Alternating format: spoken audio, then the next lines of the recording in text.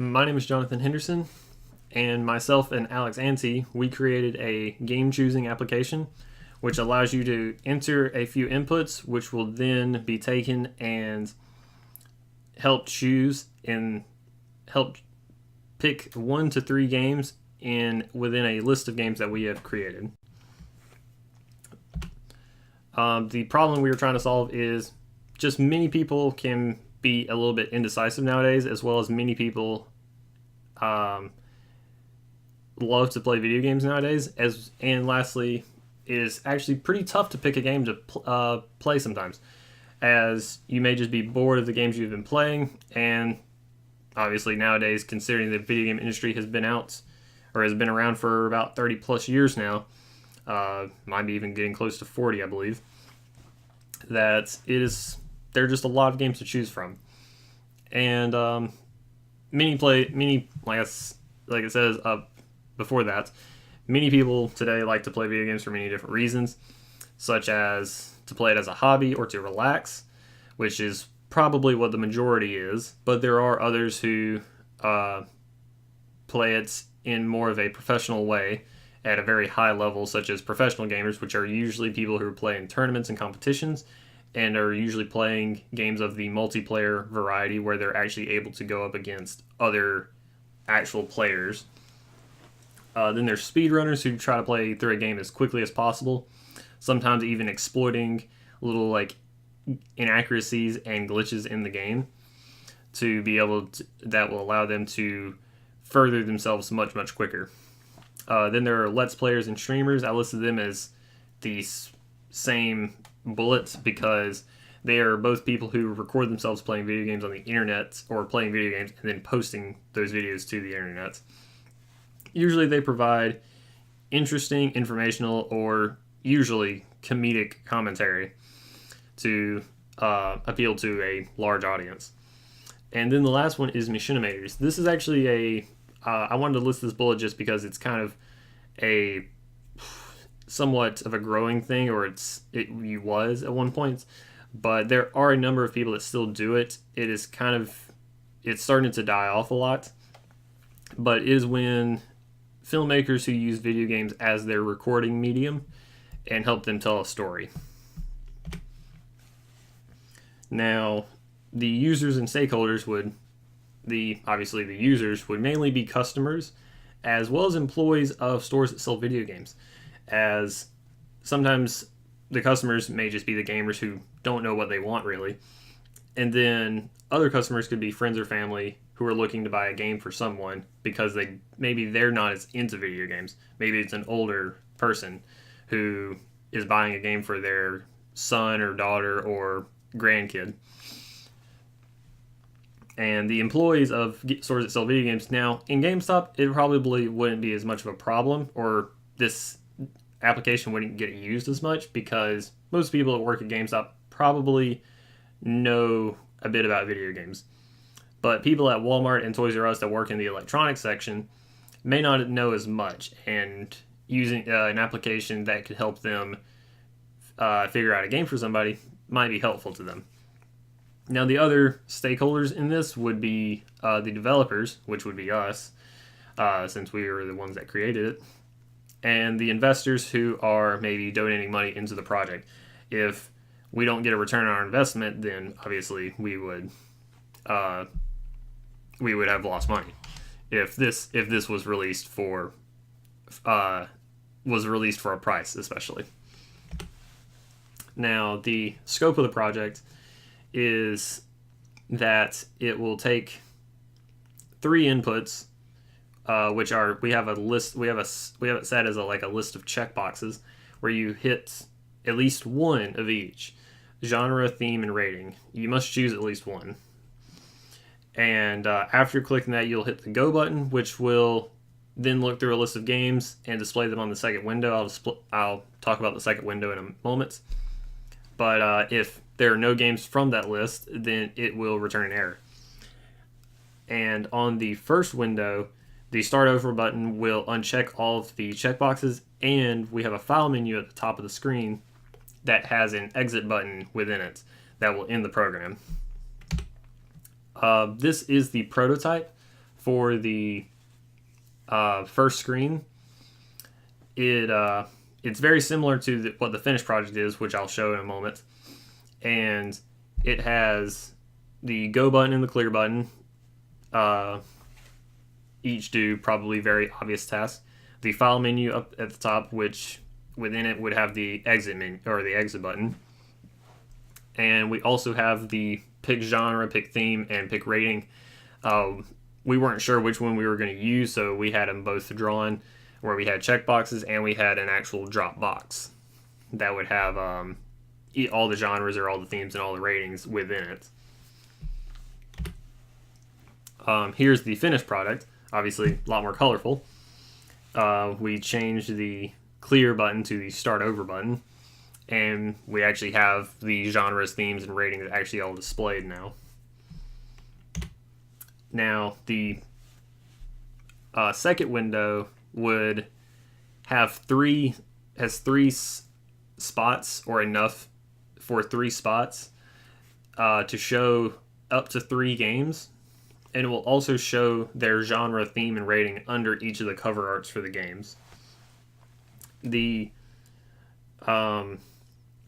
second window also has 2 buttons on it. The first one is the go back button, which will actually go back to the first screen, and you're able to re-choose a genre, theme, and rating, and allowed to maybe figure out a new game. Or you can just end the program by hitting the close button.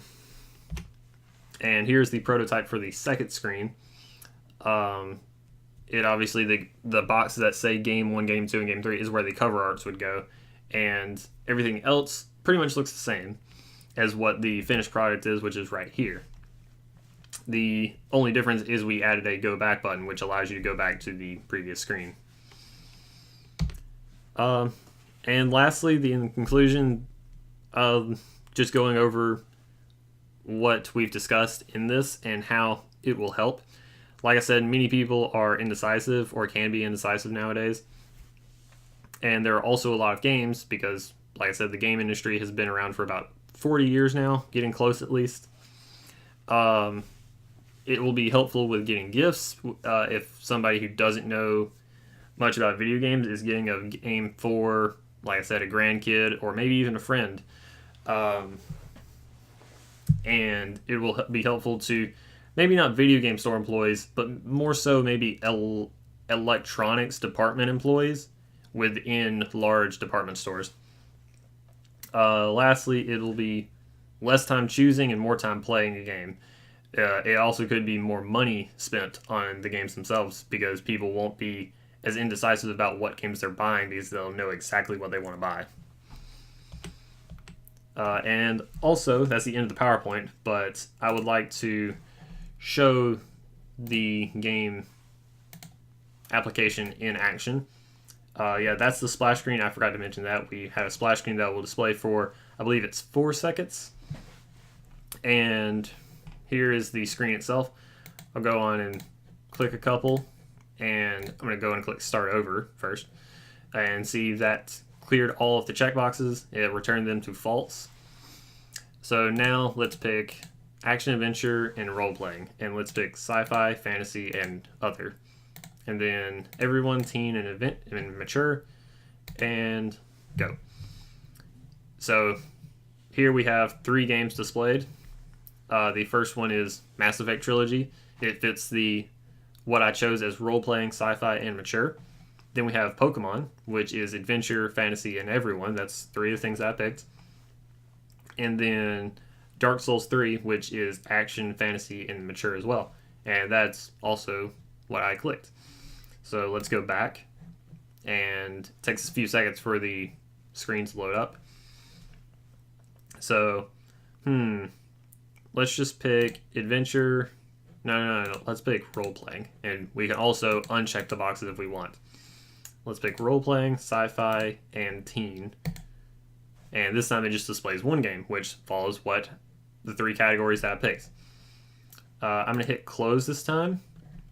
And I'm going to rerun it real quick to just do one little thing. I just want to go up here, file, and I can hit. Actually, before I do that, I want to try something. If I just hit go without clicking anything, it will display an error saying please choose a genre, theme, and rating. So we have to click one of them, or we have to click one of each. So let's try to pick adventure, role-playing, fantasy, and teen. And we also get an error message for this because I entered a combination of games that we don't have any games for on our list of games. So it did not meet there are no games that meet the prerequisites I entered, so we have to try again as well. So that covers everything that this program will do, this application will do. And so we can click exit, which will end the program as well. And I was going to go into the code for a moment and just look over it. The code itself this is for the game chooser screen. This is for this screen. And the main thing on here that actually does a whole lot of stuff is the go button, obviously. We have a lot of variables set up for the entire class, which are the arrays for the titles, genres, themes, and ratings, which come from the list game text, which is right here, which is a string file under the string file variable that we have. We also have a stream reader set up, which will read through this down here. Here's where the error message displays from if you don't pick a genre, theme, or rating. If the check genre.selected item is nothing, or any of the other ones are nothing, then it will display these. If not, though, it goes into this else statement, which goes into this do while loop, which will go until objectReader.peak is at -1. So it reads through each line, and then it will check the check genre.checkedItems.contains to the string genre at int count, whatever it currently is, which depends on whatever it's reading from the listgames.txt. Now, it does that, and it also checks to see if listbox 1 is equal to 0, because if it's not equal to 0, listbox 1 is the first game that we have that is going to be displayed. If listbox 1 is equal to 0, that means nothing is there, which means that it will go into this if statement and it will pick a game for to be displayed. These if statements actually help display the picture of the game that we want to display. If string title at int count equals Mass Effect then that's the game that will be displayed. So, and it's the same all the way down up until here. This is where it adds the string genre, string theme, and the string rating into the list box, which is where under the cover art of the game, under the picture, it displays the genre, theme, and rating. Now, after it finishes this if statement, the int count will be incremented. That way, the genre, theme, and rating lists or arrays will be at the second position now. And then it will just continue the do loop. Instead of going to the other two else statements or the else if statements, it will just go back to the top of the do loop and continue. Now, in the second run through, since listbox.1 or listbox 1 is now greater than 0, it will actually just skip this if statement and will continue down to this one. And it will go through this else if statement, which is essentially the same as the first. It will make listbox 2 and the picture, the second game picture, visible.